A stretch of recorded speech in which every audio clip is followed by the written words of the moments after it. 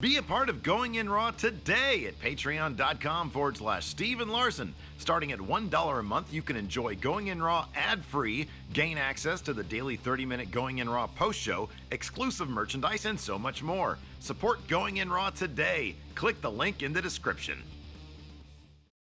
Boys and girls, this is the Undisputed Era. Adam Cole, Kyle O'Reilly, Roderick Strong, and you're listening to Going In Raw, baby. What's up, it's your girl Sasha Banks, the legit boss, and you're watching Going In Raw. You like that? This is Shayna Baszler, and you're watching Going In Raw. What's up? This is the most must-see WWE superstar of all time and his lovely, gorgeous wife, Marie. and you are going in SmackDown Live. This is the glorious one, Bobby Roode, and you're watching Going In Raw. Hey guys, this is Charlotte, and you're watching Going In Raw. What's up? It's the moonwalking, trash talking princess of Staten Island. I want to remind you all that Mela is money, and you're watching Going In Raw. Hi, this is Shinsuke Nakamura. Just keep watching Going In the Raw. This is the knockout artist, Cassius Ohno, and you're Going In Raw. Hey, friendo, Steve here. And Larson. And welcome back to Going In Raw, the only pro wrestling podcast you need to be listening to right here, youtube.com/Steven Larson, and available wherever fine podcasts are. Be sure to hit that subscribe button and the notify bell next to it to make sure you're always getting your Going In Raw notifications. Yeah. I'll be posting later on in the community tab what people thought about Survivor Series tonight. Yes. Lots of opinions out there. Yeah. All over the map. All over the map, just based on chat here. Yeah. All over the map. We're also available wherever fine podcasts are. Really free, really great, free and easy way to support Going In Raw is to hop on your little phone or wherever you listen to podcasts, and then whatever podcast app you use to listen to us, you hit subscribe to Going In Raw, and then you leave us a rating, review, or a comment. Really helps boost the exposure of Going In Raw and be much appreciated by us. We're also on the Patreon at patreon.com/Steven Larson. We got a bunch of new patrons during the show and this morning. I know I did this during the live stream, but not everybody was able to make the live stream, although we did have a really big audience for that. And I want to say thanks to everybody who joined us for the live stream.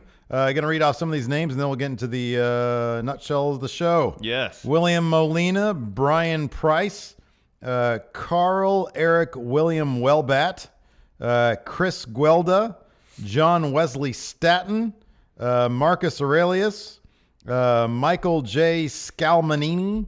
I don't know if I said Brian Price already, but Brian Price, Mark Vassie, Cabius, J.R. Wild, Bailey Bearden, Mr. Geekachu, and Phil Wilson. Thanks so much for your support. We appreciate it.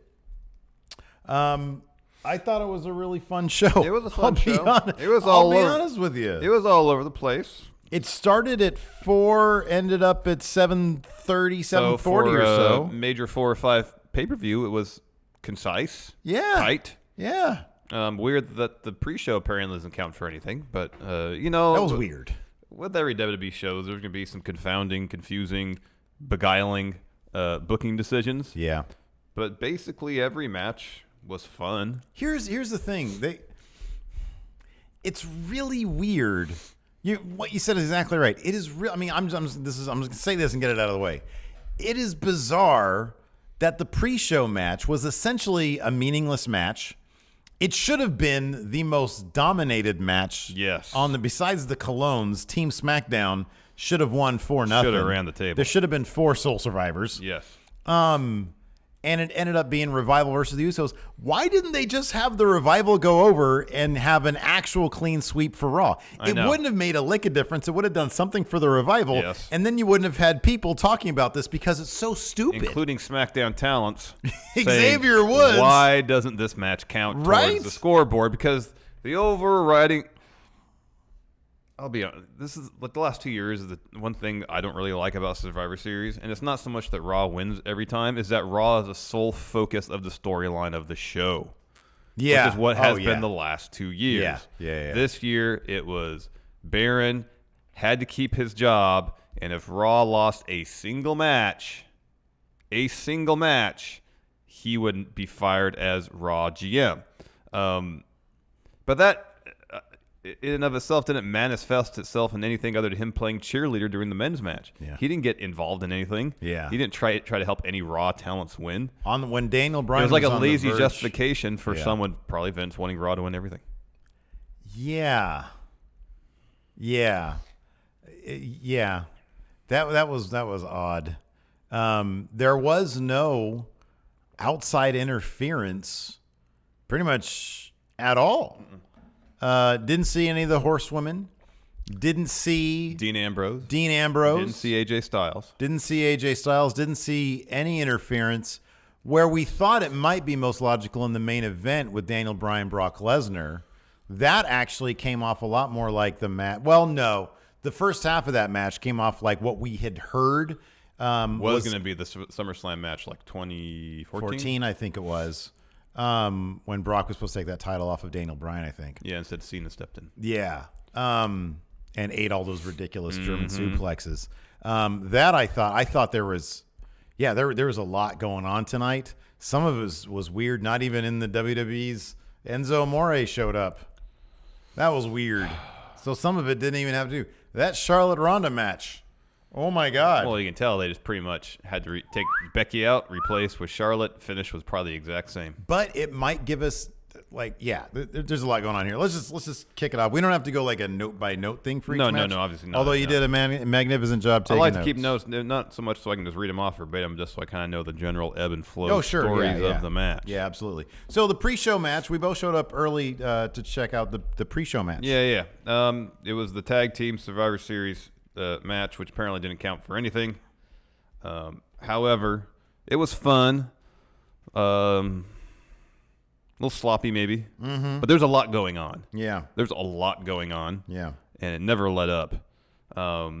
Pretty much as soon as I walked in the door, you had it on, and the Revival eliminated the Colognes. And that should have been the end of the SmackDown eliminations, honestly. Yeah, the Colognes are pretty much NPCs. Yeah. The rest of them, that we love the club, we love Sanity, Yeah. we love the Usos, and we love New Day. Yes. They should have run the table. Bobby Yes. Roode, look, man, Bob Roode should not be in the position he's in.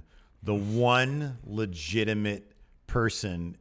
You know, it really does bug me, the fact that I forget where we got the idea from, if it was you or it was me or if it was somebody in chat back when we had come up with the idea for putting Bobby Roode and Bob Lashley together. Uh-huh. That would have done a world of good for both of them. I know. Could you, Raw needs a tag team. Yeah. They need a tag team. And Roode and Gable, they're just so awkward together. It doesn't work. Yeah. It doesn't fit. If you had Bobby Roode and Bobby Lashley together, That'd been something else. as kind of a modern day, heels, modern day sort of APA, but more businesslike. You know what I mean? Mm-hmm. Who wouldn't love that? That'd be great. Instead, he's coming out smiling. He hates it. The Raw tag division is a mess. This should have been 4 teams stood tall, and all the rest of them just went away. What we saw with the men's Survivor Series match, it should have been the same with the tag team match. However, SmackDown should be on the winning end. Yeah. Where it was pretty much domination. Yeah. Anyways, it's a quick order of eliminations. As I mentioned earlier, Revival eliminates the Colognes, and then Carl Anderson pinned Bo Dallas. B Team eliminated.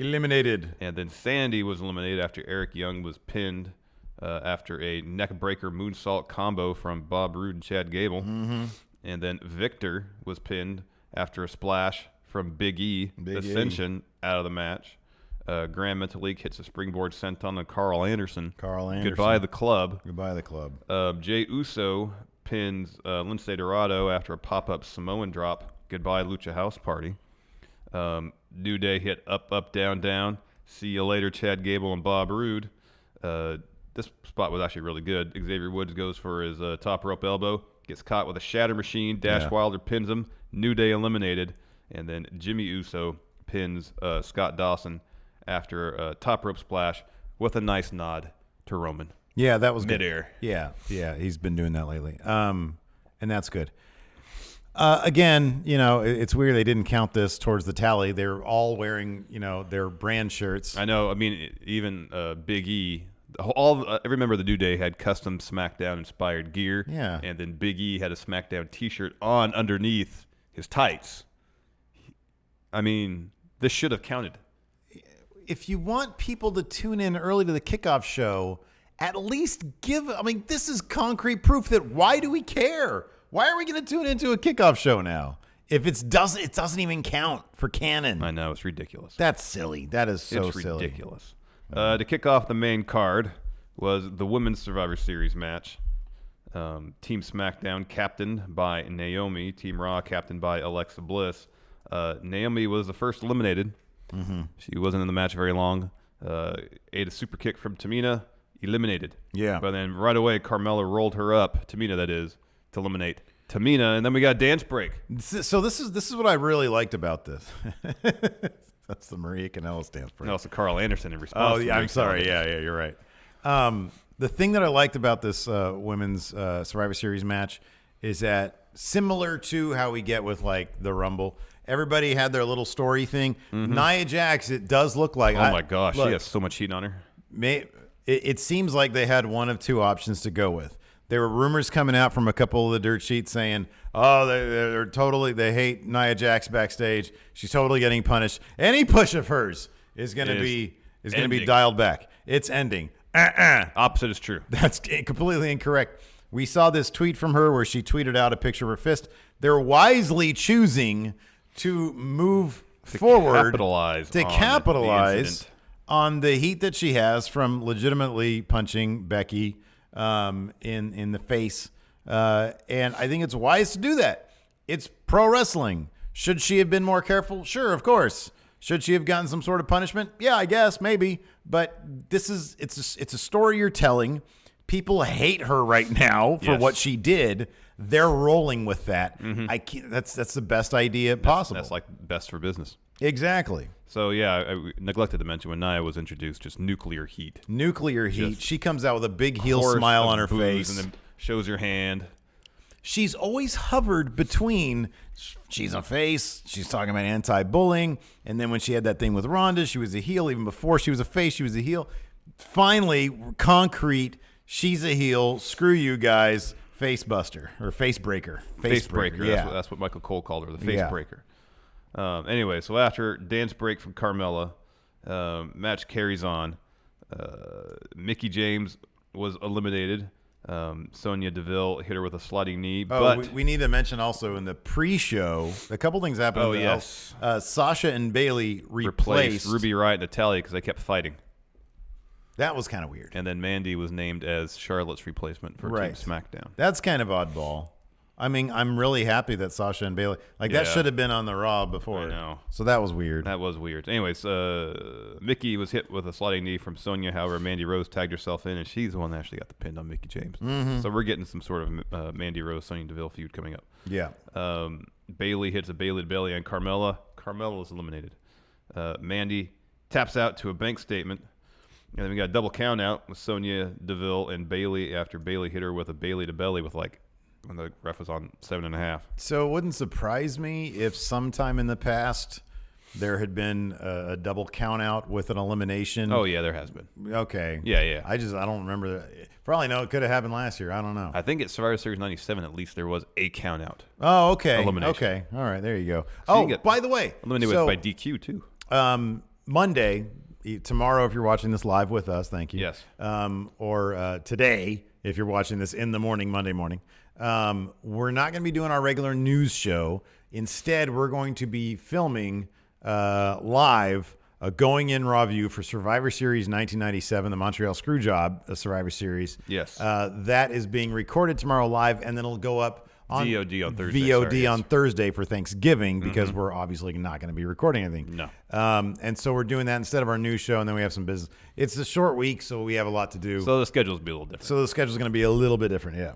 Also, while we're on programming changes, Matt Chat, get your question in by Tuesday. Yeah, we're recording that Tuesday. Yeah, yes. Make sure you put up a reminder, too. Yes, I shall. All right. So towards the end, it's Sasha and Nia left for Team Raw. Asuka left for Team SmackDown. Got a lot of really good action between Sasha and Asuka.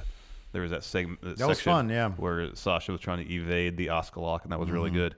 Sasha goes to the top rope, going for a drop kick or something. Nia, her teammate, pushes her off. Yeah. Asuka puts her in the Asuka lock. Sasha taps. As soon as that happens, Nia enters 3 leg drops for Asuka, and she's just reveling. Nia is in the heat. Yeah. Picks up Asuka, hits a Samoan drop, pins Asuka, gets the win for Team Raw. I wonder if this is the kind of thing where they're saying, okay, Nia, we're going to run with this. You need to be as heel as possible. And if we don't see you really running with it, you are going to be depushed. You are going to be get your punishment. Maybe. I don't know. It's just one. It's not. I hope she takes it as an opportunity to really shine as a heel. Yes, exactly. It's not just heel enough to be the one that eliminates Asuka, who was getting let's go Asuka chance. And it's not just that she screwed over her teammate, Sasha. Sasha is extremely overface in her own right. Yeah. So it's like double the heat. Yeah. That's good. It was well done. It was smart booking. It was well done. I figured, honestly, coming into this match, I'd be like, I was thinking, Nia, when she came out to that big chorus of boos and she had a big smile on her face and she starts pointing at her fist, I was thinking either she's going to be the sole survivor or she's going to be the first eliminated. She's going to be the first eliminated. And it looks like the former, yeah. Backstage, Baron Corbin was with Stephanie McMahon. And that's when it was revealed that Stephanie said to Baron, hey, if you want to keep your job, Team Raw needs a sweep. Well, he opened up his big mouth. He said, I guarantee you we're going to clean sweep. And she said, okay, well, you're going to make that kind of guarantee, then you got to deliver. You're Otherwise, you're deliver on that, yeah. And then he kind of backtracked a little bit. He said, I'll make sure we do what we need to do. Yeah. We're going to have a really strong showing. Anyways, Paige and Shane kind of enter frame. I don't remember what the conversation was, though. It was awkward. Yeah. I think I was talking during it. It was awkward. Yeah, that's exactly what it was. I don't like awkward moments. No. When I'm like, we have our live stream audience, our friendos watching with us. I feel the need to make conversation. Next, Seth Rollins versus Shinsuke Nakamura. However, I was dealing with a battle with poop on my shoe. This was, again, more weird stuff out of the control of WWE. Evidently, at some point. Before we did the live stream, we walked to our local coffee shop to get some tea and some snacks because we wouldn't have an opportunity to do so. Yeah. Between now and we get done with this recap. We're both fighting off illnesses, so and then we got tea. We didn't walk on the grass at all. No, we didn't.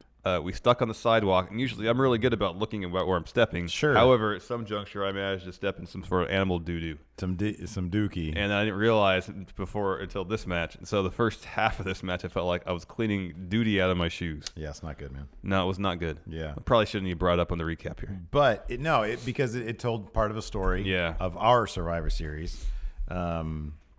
Our experience with it. So for the first half of this match, you're going to have to fill me in with what happened because I didn't catch a lot of it. It was a lot of slow character stuff, feeling each other out. We got all the character beats. We had Shinsuke, doing the come on stuff. Yeah. So it was that before the match really picked up. By the time the match picked up, it got really good though. Yeah, it was really good. We saw. At least stop it. We had Shinsuke going for a couple of Kinshasas here and there. Towards the finish, Shinsuke kicked out of the cool knee thing that Seth does. Yeah. Then Seth missed a frog splash, ate a Kinshasa to the back of the head, and then kicked out at 2. That really should have been the finish. That should have been the finish right there. It really should have been the finish. Anyway, Seth eventually went over with a stomp. It was a really good match in the end sequence where Seth was evading Kinshasa, eventually delivered stomp, was really good. Nobody kicks out of a Kinshasa. So Seth shouldn't either. If Seth was going to do that, Shinsuke needed a kick out of a stomp. Yeah. And then, hey, you know what? It's fine. Have him eat a second stomp. Yeah. And then he loses. I'm fine with that. But if you're going to have one dude kick out of a finisher, and maybe they're equating the Kinshasa with that cool knee, but everybody kicks out of that cool knee. Yeah, no one is pinned by that cool knee anymore. Oh, man. In the Raw locker room, Braun, this is great. So you missed this too. When you came back during the Raw locker room segment, but the camera is sort of panning, showing everybody, and for some reason Finn Balor is sitting there, and he's just sort of talking casually with Bobby Lashley. They were just in a feud. The only one that seemed annoyed by it was Lio Rush. He actually seemed annoyed by it, which I think made it better. Yeah. But Finn and Bobby seemed okay. Braun comes in. And he looks at Drew. Yeah, he and Drew start going at it. He says, I don't like you. He looks at Dolph. I think he says, I don't like you. To Bobby, he says, I'm okay with you. No, to Bobby, he says, I'm not sure. He says he doesn't even know who Lio Rush is. And then he looks at Finn and says, you're okay. Because they're both faces now. Yeah. Well, Braun once called Finn his little buddy. Yeah, exactly. Yeah, I can't go back on that. No. And so Drew and Braun are each other's faces, yelling at each other. Mm-hmm. Baron comes in, tries to cool tempers down. He needs the team on the same page. Yes. And since Braun can't lay a hand on Baron, he throws Lio Rush into him. That was funny. That was good. And then R-Truth comes in and tries to give Team Raw a pep talk. Yeah, and then Baron says, "You're not even in this team. You're not roster? even on Team Raw." And he's like, "Oh man." So that was funny. That was actually really good. That was funny. Next, Thebar with Big Show. Well, versus AOP. This is an all right match. It was just really weird because at one point, Big Show had Drake against the ropes, choking him. Dude. And Drake victorated on himself. That Peed means, himself. Yeah, that's a scientific term for pee-pee. He did a pee-pee on himself. So the messed up bit about this was that the camera was like going in close on the front area, yeah. And to emphasize, to ensure that everybody knew that urination was happening, he started pressing down the area around his dick head. Yeah. And so you got the outline, the print of his dick head and pee coming down. I kind of wish they did they overdid it. I don't know if it was like legit pee or not. No, I don't know either. Oh yeah, like a Saturday Night Live thing where they vomited. Yeah, I wish that they would have done like just a gallon of pee just going out there. Absolutely, yes, agreed. Like obviously fake. This was disturbingly maybe real. I don't know. I don't know either. It was all really weird. And I mean, this might be the thing. Vince might have been having some casual conversation with Rockstar Spud. Yeah, and Rockstar might have let it drop that maybe as a party trick. He can micturate on command. Pee on command, yeah. Oh, and then that was the end of it. Immediately, as soon as he says it, he realizes he done fucked up. Yep. Because Vince is going to take that, and now it's probably going to be on every episode of 205 Live. I know. If Vince even knows what that is. Yeah, that's a huge if. Preceding that, however, Drake broke up a pinfall after Razor ate a brogue kick, and so he sprinted around the ring. He ran into Big Show, and then peed himself. Yeah. And then the finish, well, due to that distraction, AOP picked up the win. I think it was Sheamus that ate a powerbomb neckbreaker combo. AOP wins. Mm-hmm. So far, if you forget about the pre-show, Raw has run the table.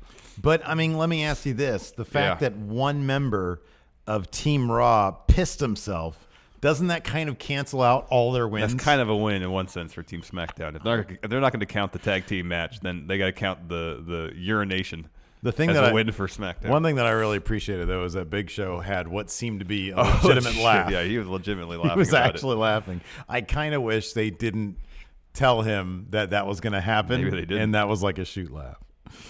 Anyways, then we are in the SmackDown locker room. Miz is about to give a pep talk. He said he has an amazing pep talk, but he's going to hand it over to Shane McMahon to give that pep talk. Because Shane should be the one giving him the pep talk. Yeah, so Shane gives the speech instead. He calls out everybody, says how great they are, and then Miz offers to give out signed DVDs if SmackDown wins. And then R-Truth comes in Zarya and says, "Oh, yeah, that'd be great. I want one of those. I want Becky Lynch's autograph." Yeah. And he says, "Shane, I want to talk to you. I want to be on SmackDown." Mm-hmm, yeah. And then he says, "You are on SmackDown. You are on SmackDown. You are on SmackDown." R-Truth is very happy about that. R-Truth is great. Next up, we had another stellar 205 Live cruiserweight match, Mustafa Ali versus Buddy Murphy. The way they were booking this with Mustafa Ali taking these ridiculous bumps made me think that Mustafa Ali was going to win. I know. And then he didn't. Yeah. I guess they're doing the thing where he takes bump after bump after bump, sick bump after sick bump, comes back, but can only take so much. Mm-hmm, yeah. Well, I mean, that's the story they've kind of been playing up, is that he's been running himself pretty hard. Yeah. Taking a lot of beatings. He's had a lot of matches with the rib tape on. Yeah. And this just played into that. But it was a fantastic match. Oh, heck the yeah. crowd was super into it. It was really, really, really cool just to see 205 Live get a spotlight on main card in front of a hot audience. In the middle of the card, not to kick off the show either. Yeah. Yeah. It was fantastic. It was really good. I hope that's just sort of a more of that to come. You know? I hope so. Yeah. I mean, it's good when 205 Live, the Cruiserweight Championship, is featured on a major pay-per-view. Mm-hmm. It'd be great if they can get a title match on every pay-per-view. What was the roughest spot Ali ate? It was probably that first one when Buddy shoved him off the second rope into the barricade. So Mustafa Ali was on the outside on the second rope, about to climb up and do something. Buddy Murphy just comes up and shoves him, and he goes flying into the barricade. I think you're probably right about that. Rough. We also got a Spanish fly off the announce table. Yeah, that's always great. That's sort of customary for These two, and especially 205 Live also. That bit where Mustafa's going for an 054 and Buddy comes up and grabs his hair. That was good. And give him cheeky Nando's. Yeah. And then 2 power bombs. That was rough. Yep. Although that spot where Ali was going for his tornado DDT where he kind of does a crossbody off the middle rope. And he just eats the knee flush. Yeah, that was rough. And Murphy follows it up with Murphy's Law. Gets the win. Retains the Cruiserweight Championship. Great match. Yeah. Check it out if you haven't. After that, we had Daniel Bryan interview, or so we thought. Caleb Braxton asked him a pretty lengthy question, pretty much saying, "Are you ready? Are you? Yeah. Are you ready?" And he kind of has a smirk on his face. Of course, turns usually and walks away. He would say, yes. In this case, he did not say yes. He's not going to say no. He just didn't say anything. Didn't say anything. After that, we had the men's Survivor Series match. I figured that would have main evented the whole thing. Especially with the stipulation going on this whole show that Baron needed the clean sweep. Mm-hmm. Because then it puts the thought in your mind that the last 2 matches are going to have some sort of upset. Yeah. Or potentially, because you can't fathom the universe in which Raw would sweep the entire show. Yeah. Because what fun is that? None. It's none fun. Well, it turned out to be pretty fun, though. Well, individual matches, but you think about storyline-wise. I mean, as much as I love Baron, we need some intrigue there. If his job's safe, it's not fun. But we like Baron. I do like Baron. No, I agree with you. Like, it should have been tied going into the last match with the men's Survivor Series. Sure. But we didn't get that anyways. Joe started off the match against Drew. Drew was on another level this whole match. He wanted to win the man. whole thing himself. Dude, if you take this as a microcosm, as sort of evidence of where they're going with Drew, where are they going with Drew, Larson? Straight to the top. Straight to the top. That's where they're going with Drew, man. Oh, my God. All the close-ups on him, the eliminations, just the way they were booking him. Oh, it was fantastic. Yeah, he wanted to win the whole thing himself. Yeah, exactly. And within like a minute, match started out, even before it started, they all get in the ring. Joe throws his towel at Drew. Everybody starts talking crap. Match starts. Drew's kind of John with Braun in the corner because he just tags himself in. Joe comes up from behind. Coquina clutch. Mm-hmm. Drew works his way out of it. Joe gets him in it again. Drew works his way out of it. Claymore, Joe is pinned. A really short. Usually the Claymores are he's coming in and he flies. Yeah, he took 2 steps and then it's Claymore. It's a really short level. Yeah. And you think Joe is the one guy who can give Team SmackDown a chance against Drew and/or Braun? I'm guessing that's why they took him out first. Because if you look at everybody else on Team SmackDown, they're all undersized. It's super undersized. So that was a bummer. Yeah. I mean, the funny thing is Team Raw was a complete hot mess, and yet it still logically made sense for them to dominate. Oh, yeah. Braun was even out half the match, and it still kind of made sense. Yeah, because they still had Drew and Lashley. Lashley and Drew, and then you get, Finn in there sort of, Mm-hmm. So, yeah. The ongoing story for most of it was Drew and Braun bickering about who should be in the match. Drew tags himself in for a second time. Braun doesn't like it. They start brawling, and then everybody brawls. I mean, both teams start brawling. Mm-hmm. Why would SmackDown get involved in that? Just let Team Raw brawl. Exactly. Just let them take each other at least out for of a the while, game. and then you think if it looks like there's a place where you can interject yourself, gain an advantage, then do it. But don't. Anyways, that all led to Shane putting Braun through the announce table with a top rope elbow. Yeah. Just a huge, massive elbow drop. Mm-hmm. Customary Shane stuff.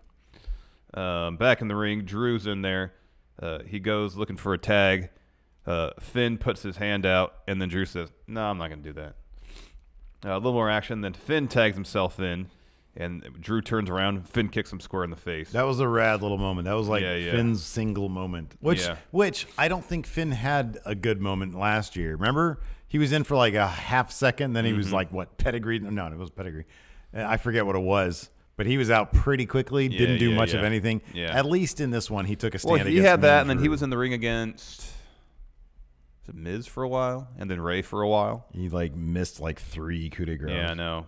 Ray eventually pins Finn after a 619 and a springboard frog splash, and then Drew comes right in and just throws Finn out of the ring. He's got no patience for Finn Balor right now. Later on, Jeff Hardy and Dolph Ziggler are in the ring. Mm-hmm. Hardy goes for a swanton, but Dolph gets his knees up. Looks like it might have hurt a little bit. Anyways, they set Dolph up. Shane hits coast to coast, pins Dolph. Dolph eliminated. Shane goes for another coast to coast on Lashley. Yes. Yeah. And then Braun finally makes his way up from the table spot, clubs Shane midair. Yeah. Shane's rolls out of the ring. Braun gets in, pins Jeff Hardy after power slam. Enter Ray. He eats a power slam, gets pinned. Miz, he's the only one that's kind of still has his wits about him because Shane's still selling the blow from Braun. Mm-hmm. So he's trying to buy some time, runs around the ring a little bit. Braun chases him down. Miz kind of puts Shane in front of him, so Shane eats the shoulder tackle. It was. I wonder if they're going to play that up at all on SmackDown. I'm sure they are. Because it was. It's the kind of thing you expect from Miz, but he did play it off like it was unintentional, and you get the idea that it was unintentional. He was just trying to get in. Yeah, he was trying to get. He's like going to Shane, goes, "Come on, Shane, get up, get up! I need your help here." Right, exactly. So, anyways, eventually, Miz was actually doing everything he could to be a proper team captain. He was. Braun hits a power slam on Miz. He gets pinned. Shane gets in the ring. He says, all right, come on, Braun. And the crowd was popping big, and this is a great little moment for Shane because he's just absolutely destroyed, and he does the, come on, let's just do this. But it was no time at all. Power slam. Power slam, so. Braun eliminates 4/5 of Team SmackDown. And then immediately after the bell, Corbin blindsides Braun. And runs up the ramp with Lashley. Lashley and Drew. Yeah. So, Team Raw. Leo Rush. Complete, like, there was no problems Yeah. for Baron Corbin keeping his job based on that match anyways. Yeah. Next up, we had a Seth Rollins interview. Charlie broke the news to him after he talked a little bit about Shinsuke Nakamura. She broke the news that at TLC for the Intercontinental Championship, he'll be fighting Dean Ambrose. I imagine there'll be some sort of stipulation added. I would Since hope it's so. TLC. Should be. Oil barrel fire match. So kind of like an Inferno match, but only fire only in one barrel. Yeah, exactly. All right. That could happen. Yeah. Next, probably match of the night. Charlotte versus Ronda Rousey. These next two were matches of the night. Yeah, they're both really good. Because that last one had us emotional. Yeah, on the edge of our seats. And this one just had us out of our minds. Yeah. Charlotte versus Ronda Rousey. Probably the stiffest competition. Definitely the stiffest competition Ronda Rousey has faced thus far. And the biggest spotlight for her, I think. Yeah. As a solo competitor, as a solo competitor, yeah. And she more than delivered. Pretty early on, Ronda was busted open after an elbow from Charlotte. Yeah. And it really helped, especially at the end, the story of the match. It really did. Ronda was all over, just busted she got up. beat up. Of course, the story throughout this match was Ronda trying to work over Charlotte's arm, get her ready for armbar. And Charlotte working over Ronda's leg, getting ready for figure eight. There was a lot of really good sequences where Ronda was trying to position herself for the armbar, and Charlotte would wrestle out of it. So this was an ugly, especially before the kendo stick entered into it. It was an appropriately a fight. Ugly match. It felt more like a fight than anything. And before we get into the details, it was obvious that this is what they were going to do with Becky. You take Charlotte out, you put Becky in, and that was going to be the match. That was going to be the match. That was totally going to be the match.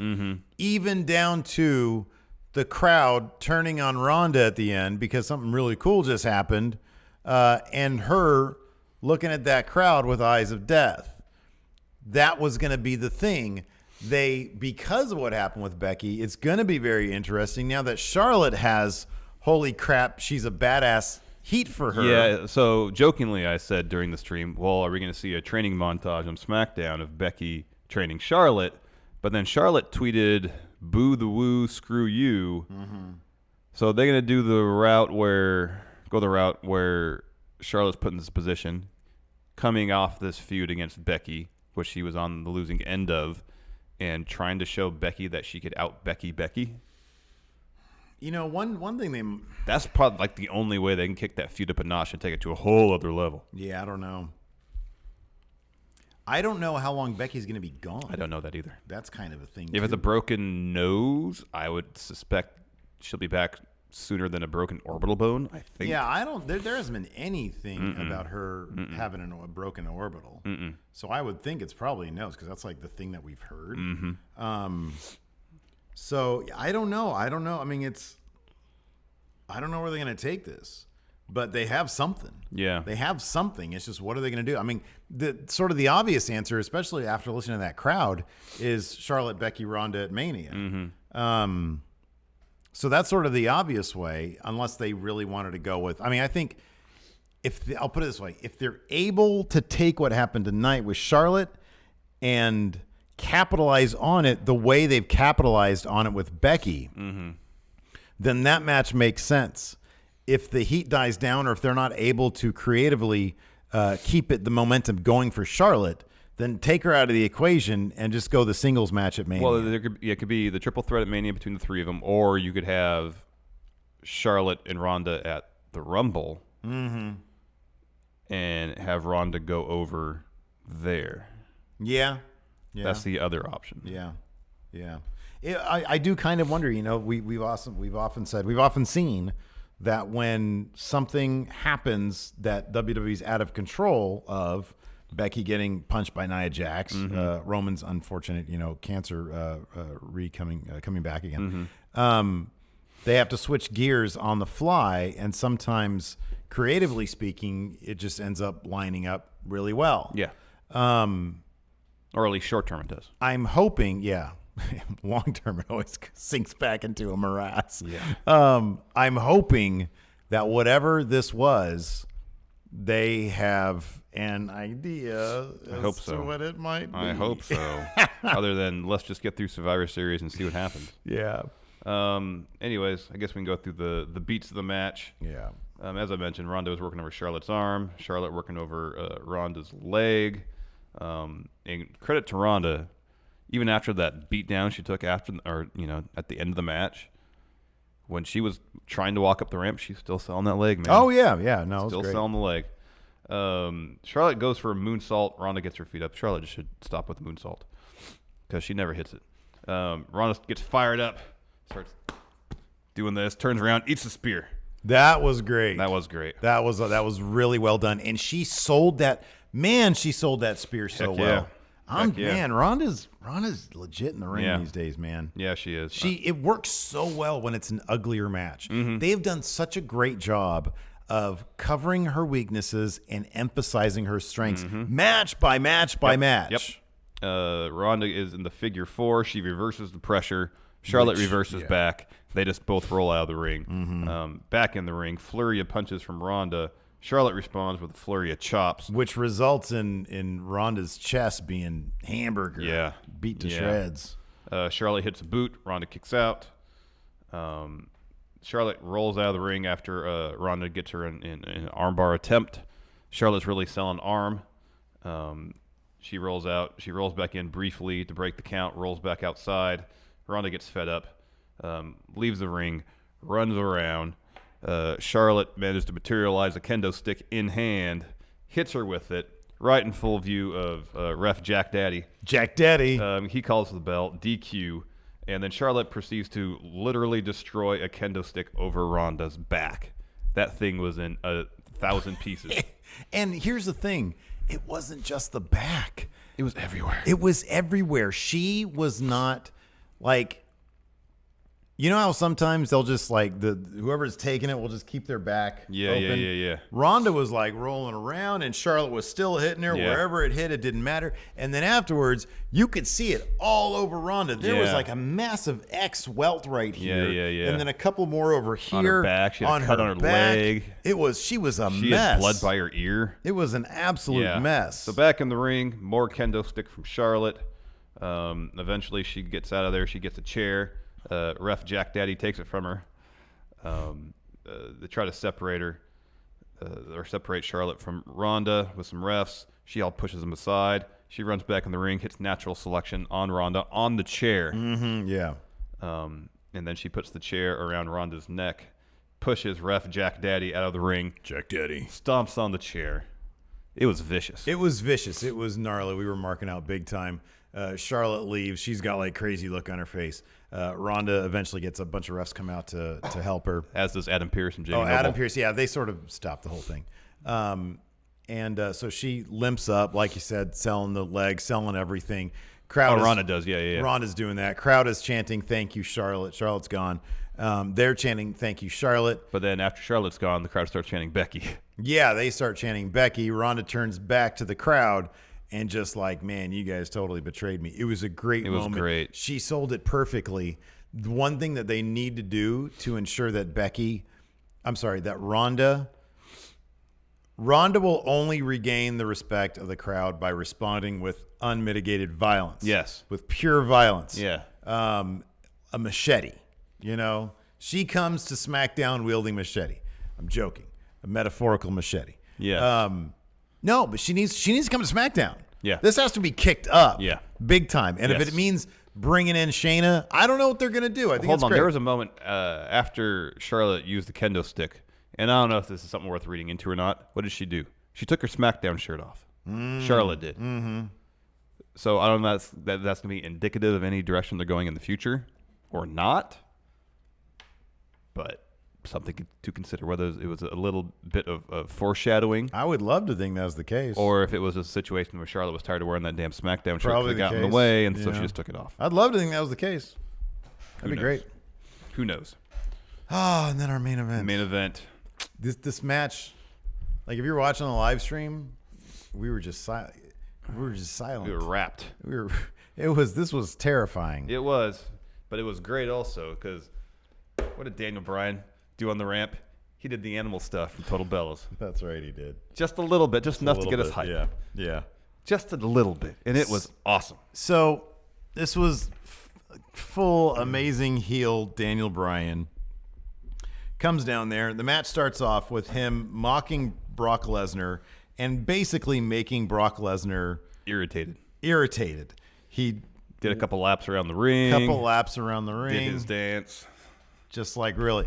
Finally, the bell rang. Daniel Bryan sprinted towards Brock Lesnar and drop kicked his leg. Yeah, and then more mind games. Really getting under Brock's skin. Eventually, they got back in the ring. Lesnar hits Daniel Bryan with a clubbing blow across the shoulder and then proceeds to suplex him 4 times. 2 German suplexes, 2 belly-to-bellies. And thankfully, they employed a lot of belly-to-bellies, so Daniel Bryan wasn't taking every suplex to the back of his head. If you look at the chat during the live stream and our reaction, we were sitting there in silence. Yep. Because we're sitting there. We know this is predetermined. Mm-hmm. We understand that. Yes. We really like Daniel Bryan. A lot. We don't want to see, and we know Brock Lesnar. We remember him and Randy Orton. Mm-hmm. We don't want to see. Remember him and Braun Strowman. Yeah. We don't want to see Daniel Bryan get hurt. Yes. And you're thinking in the back of your head, Daniel Bryan's loving every second. Oh, hell yeah. Of this. If this was his last match, he would be happy to have gotten the matches that he's got since he was able to come back. You know that. The dude is giddy about this. Yeah, and but it doesn't make Brock it any less disturbing. Yes, agreed. It doesn't make it any less disturbing. No, we're sitting there, we're like, oh my God, this is terrifying. Yes. Because he releases those damn German suplexes so high, seemingly. Yeah. And they're all professionals. Brock's not going to destroy a WWE cash cow. So many people in the chats were saying, they need to fire Brock for this. They need to fire Brock for this. This is why they pay Brock money, because it gets us feeling that way. It gets us feeling uncomfortable. Yep. Because he's terrifying. He is terrifying. After those suplexes, Brock throws Daniel Bryan to the barricade a couple times. Back in the ring, we get a bear hug from Brock, and then another German suplex. He picks him up, another bear hug, a belly-to-belly. Brock hits an F5. He goes for the pin and just immediately pulls him up. He's going to play with him some done. more. He's going to play with some more. Dishing out punishment. Uh-huh. He goes for an F5, and I don't know what Mike Chioda was doing, but he took Daniel Bryan's feet to the face. Brock thinks he hit the F5, but no, Daniel Bryan's on his feet. He runs towards Brock, kicks him square in the front area. It was vicious. It looked legit. Yeah, it was great. Brock sold the shit out of it. Yeah. We pointed this out. A couple other people pointed this out in chat. They pay Brock for one great match at Survivor Series every year. Exactly. Yeah. Daniel Bryan hits his knee plus, the running knee. Brock kicks at it too. We think, damn it. That was his chance. But Daniel Bryan wasn't done. He hits some yes kicks. Not to Brock's head or shoulders, but to his legs. And then he grabs his arms. He gets Danielson stomps. And for the rest of the match, until we say goodbye to Brock, he has a foot stomp imprint on his head. It was great. Daniel Bryan back on the outside. Daniel Bryan sends Brock into the ring post, followed by a running knee off the apron. He goes back in the ring, goes for a suicide dive. Brock catches him, drives Daniel Bryan to the ring post twice. Brock gets the ring steps, runs up, walks up, tries to hit Daniel with them. Instead, he hits the ring post, so on rebound, hits himself in the face. He pulls a Kyle O'Reilly. Yeah. Another running knee off the apron for Daniel Bryan. Back in the ring, another running knee plus. Brock kicks out. And then Daniel Bryan starts working over Brock's knee in earnest, wraps around the ring post. Lesnar picks up Daniel Bryan for F5. However, his knee gives out. The work on Brock's knee was paying off. And then Daniel Bryan transitions right into a yes lock. Lesnar breaks the grip. Daniel Bryan responds with a flurry of cross faces. That looked pretty stiff. Yeah. As much as Daniel Bryan was enjoying this, I feel like Brock probably was too. I think he was. I really do. I wonder if Brock had been disappointed that he didn't get this match. Every once in a while, Brock looks like he's having fun in the ring. I know. Every once in a while. He looked like often. at Survivor Series last year against AJ. Yeah. He looked like against Samoa Joe. He looked like against Goldberg. Yeah. Yeah. Daniel Bryan puts the yes lock back on. Brock, however, powers out, picks him up, hits an F5, gets the win. Yeah. Still a great match. Fun story being told. So at that F5 and the very last F5 too, he sold the crap out of his knee. Like I was sitting there like, oh my God, that's going to do something for his UFC match. The same thing happened last year against AJ. Yeah. And he sold it. He sold it there and he sold it leaving. It was fantastic. Paul Heyman was watching and Paul Heyman was loving this as much as the other two guys. Heck yeah. I think they were all really, really having a good time. And they told the best story of the night because we were all freaked out the entire time. So yeah, man, I don't know. I thought that was great. Raw got the clean sweep. That was that was janky. Yeah, not the pre-show. We did forget. Did we mentioned Enzo? We didn't really go into detail. Do we have to? Really? It's the end of the show. Who cares? All right. Well, he apparently bought a ticket, showed up in a wig. Look, here's the thing, dude. We're not gonna by talking about him. We're not going to be giving him any promotion. Like nobody's going to be like, oh, they talked about him. I'm going to check out his album now. No, don't check it out. I don't care. He's a clown. Yeah, he is. So he shows up sitting second or third row. Second row. Second row. He had a ridiculous wig on. Yeah. He looks stupid and as at hell. one point, he takes the wig off. He stands up, starts shouting. He's wearing one of his old merch shirts. Well, he's wearing his old merch shirt. And apparently he started doing his intro. That's what somebody on Twitter said. Gosh. I didn't listen to the video. So not only is he just screaming, he's holding his hand up like he has a mic in his hand. Didn't have a mic in his hand. No mic. He was just screaming. And so he was causing disturbance. Security came to kick him out. Got tackled. He got tackled by the same lady that tackled Gronk at Mania. At Mania when we went, I think. Yeah. Wasn't it? Yeah. And he got tackled pretty hard. And then he runs off. And they chase him down. There was some report that they took him backstage or he got kicked out of the arena. I know he got kicked out of the arena. Yeah, he was banned from the Staples Center. Yeah. So obviously this is all just, a promotional stunt on his part, but it was a really pathetic one. It really was. I mean, dude, nobody's going to look at that and be like, oh, yeah. I mean, I know the crowd was chanting, like half the crowd was chanting for like, we want Enzo or something, but I don't know. I mean, it's so silly. Yeah. Yeah. What are you looking at that? I'll see if there's any post-Survivor Series title. news. This is you got Ibushi versus Goto. Maybe Ibushi will pick up that title. Ibushi. So maybe Ospreay will be cleared for Wrestle Kingdom. We'll get Ospreay versus Ibushi for the never open weight title. All right, so let's look at some of these super chats. You got some questions here. Cody Miles says, "Rest in peace, Steve's Intercontinental Championship. You're no longer the IC champ. I'm no longer Intercontinental Champion. I'll be back." BreakingControllers.com. Oh, Charlotte snapped worse than Alex Smith's ankle. Did you watch that? No, I did not watch Alex Smith's ankle. I do not want to see that. Zero desire. Joe Juarez, what a show. NXT keeps hitting it out of the park.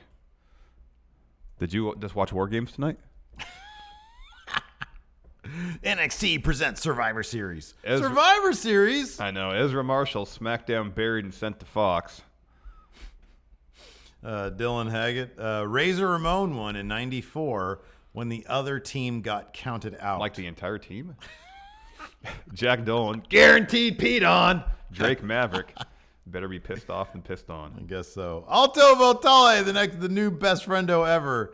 Follow Eddie on Instagram for epic stories and posts at Eddie_WWE. Dude, he's got an amazing Undertaker like a dog shirt experience. We're going to talk about that when we have a chance. I kind of just want to make a standalone video. Yeah, dramatic reading. A dramatic reading of it. I want to do that maybe sometime this week before we go on vacation. Yes. Lariat Lake Lionheart. Sweet hallelujah. I am no longer constipated. That is wow, that is a lot of info there. It really is. I'm glad, though. Yeah, Lewis Griffin. Love heel Daniel Bryan. Hope he gets a long title run with WWE title. Me too. He looks like he's having so much fun. Wildly entertaining. Aaron, Charlotte, Ronda Rousey felt good for me as a...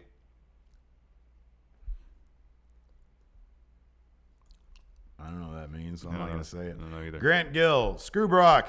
Grant Gill. Who is Brock facing next? Screw Brock. Who's he facing next? It's going to be Braun at Rumble, right? Probably. No. Yeah. Probably. Yeah, probably Braun at Rumble. Yeah. Jay Lilly, watching you two. Great way to end a birthday weekend. Happy birthday, to friendo. BreakingControllers.com. Still waiting on my 3 Many shirt. 3 Many shirts. You have to wait 3 many more days. I guess so, yeah. Well, yeah, there's one shirt I'm putting up for sure. A lot of people asked for a shirt of that old picture of us. Oh, you didn't know what I was talking about.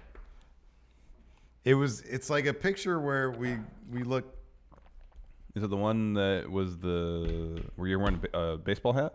We're both wearing hats. You have that dog shirt on? Yeah, I remember that one. Because I think that interview that we did, the fellow that did the interview. Use that picture. Yeah. Use that picture, and then like half of the Friendoverse comments were, we need that as a shirt.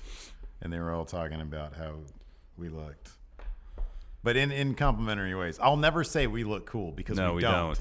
But there was some indication that some people might have been mistaken that we might look cool. Yeah, no, we never look cool. I thought you were talking about, can I say it? Slow Wolf Pack? Yeah. Yeah, no, I know, but we need to talk about that because that's like... All over print? Well, they can't do that. But if we can find a place... Look, I'm down to give people options. We put one on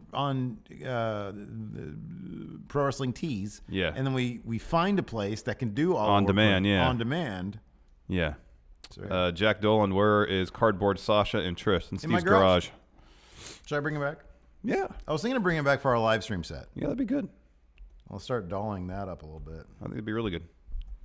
Anyways, I'm ready to go home. Oh, you want to go home? I'm good. Oh, wow, look at this. We good? What's up? According to Ringside News, W Superstars ordered not to speak about Enzo Amore's Survivor Series invasion. Well, yeah, who wants to speak about that? Nobody. Anyways, there's some... Wait, is that the outro music? That should be the outro music. We'll find out. Anyways, thanks so much, everybody, for tuning in. We had a blast. Yeah. A good weekend. Yes. Takeover. Thank you so much for joining us. Thanks for joining us. And yeah, till next time, we'll talk to you guys later. Watch Survivor Series 97. We're going to talk about it tomorrow. Yes. Bye, everybody.